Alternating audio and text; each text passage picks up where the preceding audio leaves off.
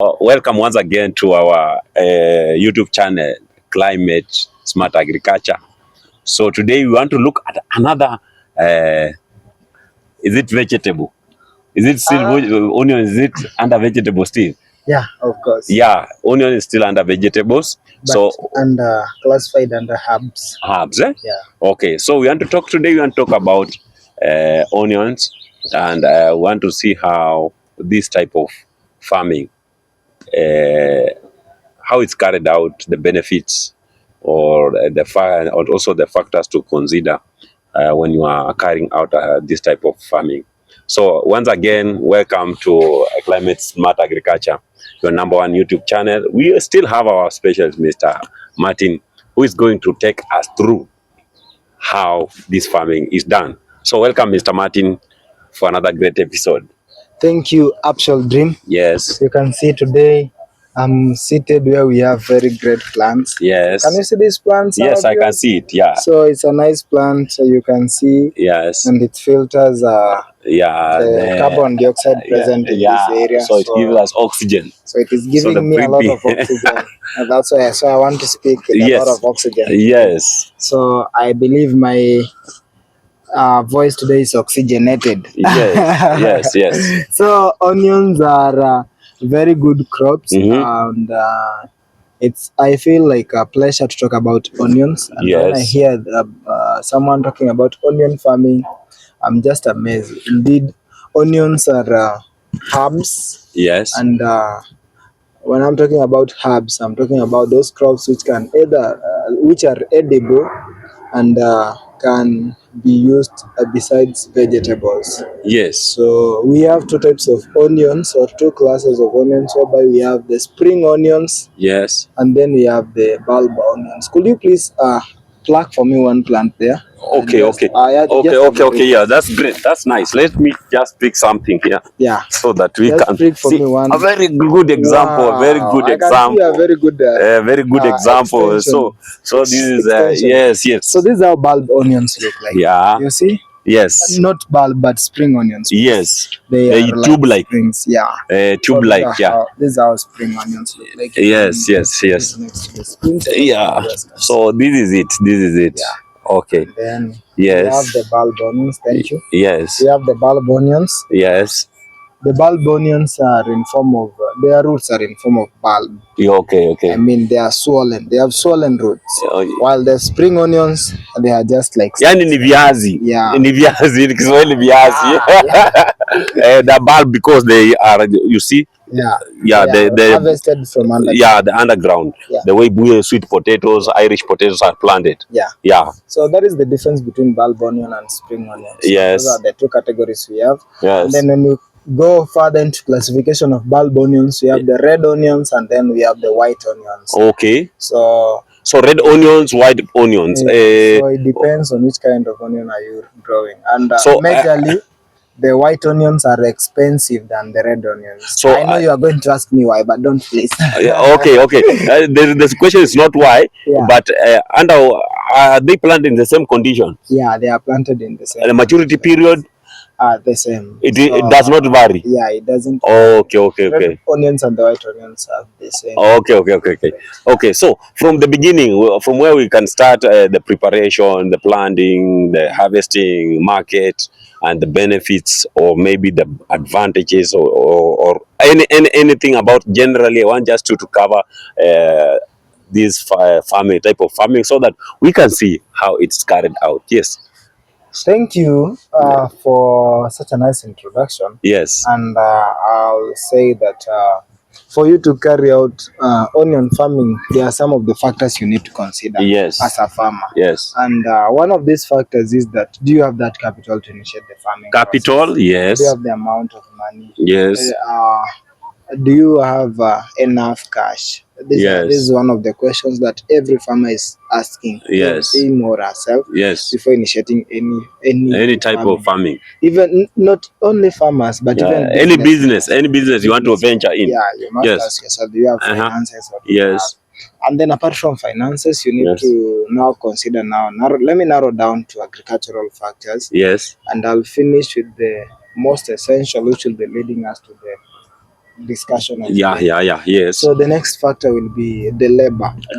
Those people who are going to work in your farm. Yes, factors. Yes. Because it will be depending on the size of the land. Oh, especially this we are talking about when it's large scale. Yeah, even in small scale, sometimes you have those people who wish to do farming, but you can use family members. Yeah, so yes, small scale.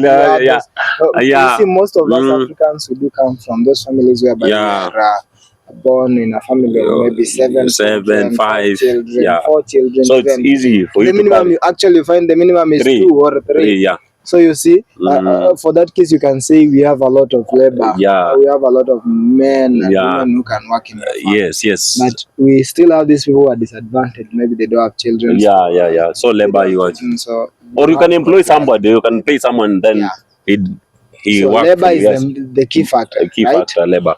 So apart from labor, we now come to the size of the land. The size of the land in large scale or in small scale, depend on the capital that you have.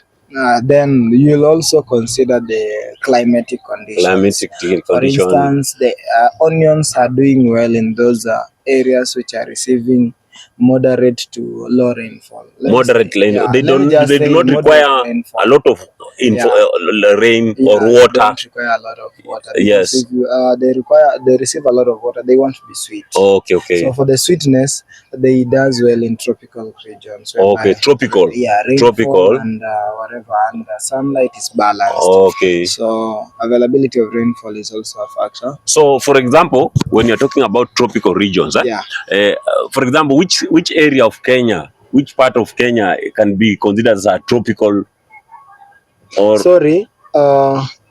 I mean the equatorial regions. Equatorial regions. Regions near the equator. Okay, near the equator. Yeah, like Kenya as a whole is an equatorial country. Okay. So we have the all the factors, the benefit about when you want to farm, to carry this kind of farming. So apart from the equatorial region, we can also do it in tropical regions. Tropical regions, these are regions whereby they receive balanced amount of sunlight. Yes. Unlike the temperate regions whereby they are extreme towards the poles.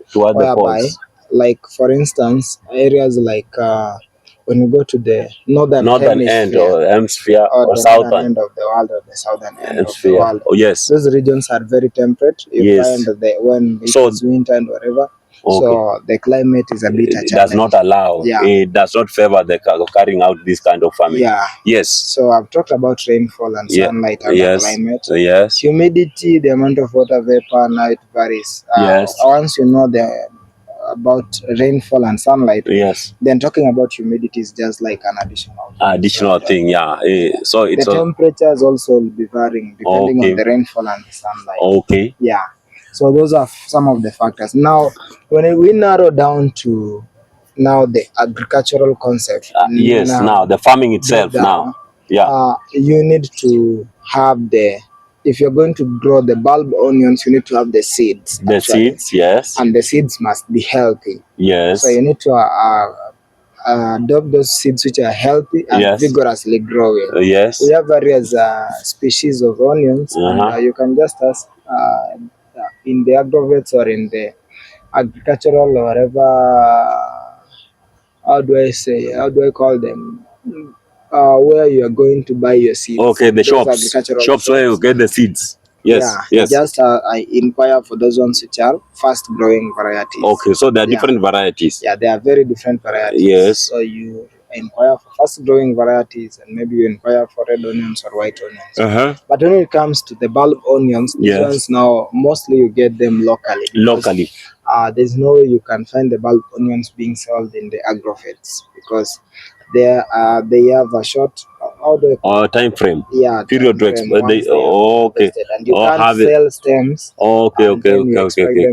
Regenerate. So you are only going to get them from the local. And for these spring onions, they can do everywhere. So these ones are not restricted to maybe temperate or tropical regions. They can do everywhere. So that is the difference between the bulb onions and the spring onions. You now understand. Yes. So that is one of the factors to consider. The planting materials, e.g., the seeds or the bulbs or even the splits for the spring onions. Yes. After considering the planting materials, you now come into consideration of the soil. Yes. So the onions does well in a slightly moderate, slightly acidic to slightly basic pH. So within a pH range of 6.0 to 9.0, you are good. You are good to go. Onions can grow very well in such conditions. And then apart from pH, when I focus on other factor like irrigation, if you're in dry areas, you need to irrigate your onions on a regular basis. Let me say like maybe today, let me say like per week they need to have water. Just make sure that the moisture content in your farm is it's good, because when I'm telling you, maybe you irrigate in the morning and the evening, you have those who are coming from these cold regions of Kenya, whereby irrigation is not necessary. But you have those people who are coming from the dry lands. Those ones I can advise them, maybe they irrigate them at least once in a day. Okay. So those are some of the factors you can consider before siting your onion farm. Yeah. So in terms of factors, in terms of land preparation, in terms of now considering the health of the onion, it's very important. The planting materials. So what you need to know is that the onions require a spacing of 15 centimeter by 15 centimeter. Yes, 15 by 15. Yes. 15 centimeter by 15 centimeters. Yes. Is the correct spacing for onion. So now I've talked about the management practices like irrigation and whatever. So the onions take a period of 3 to 4 months for you to harvest. 3 to 4 months. Yeah, they are ready for market. From planting, you require consumption. Then you start marketing your onions. Or start selling your onions. So they don't stay too much in the farm. So that's the harvest period. Is they are usually mature after 4 months. 3 to 4 months, they are ready for market. So sun drying them. I don't know. Okay, we have this practice called hardening off. Hardening, yes. So hardening off involves exposing products to harsh conditions before you release them. For instance, in the farm, before you transplant your sukuma wiki. Remember we talked about sukuma wiki? Yes. You expose them to conditions whereby maybe you irrigate them today, tomorrow you want to irrigate them, the other day you irrigate them. So that is hardening off. Hardening off, yes. Readiness for transplanting in the main field. So for onions, this is how we do harden them off. We do harden them in a way that after harvesting, you can dry them for a period of maybe 1 or 2 days. In fact, even some do dry them to 1 week. So during the drying process, you are doing what you call hardening off, so that they acclimatize with the condition whereby you are taking them to the market. You can transport them to areas whereby they are damp. Imagine you are transporting your onions maybe from rural areas to towns. And in towns, the buildings are tall. You can't find spaces for sun drying. And when they get that moisture, they regenerate back. So they start germinating. To avoid regeneration, what you do, you harden them off. So regeneration is germinating. So they lose the taste. They lose the taste, and then even when you cook, that does not taste like the onions. Because they are now regenerated. So how often should you do this? How often should you do this? Because immediately after harvesting, you need to harden them off, and then you take them to the market.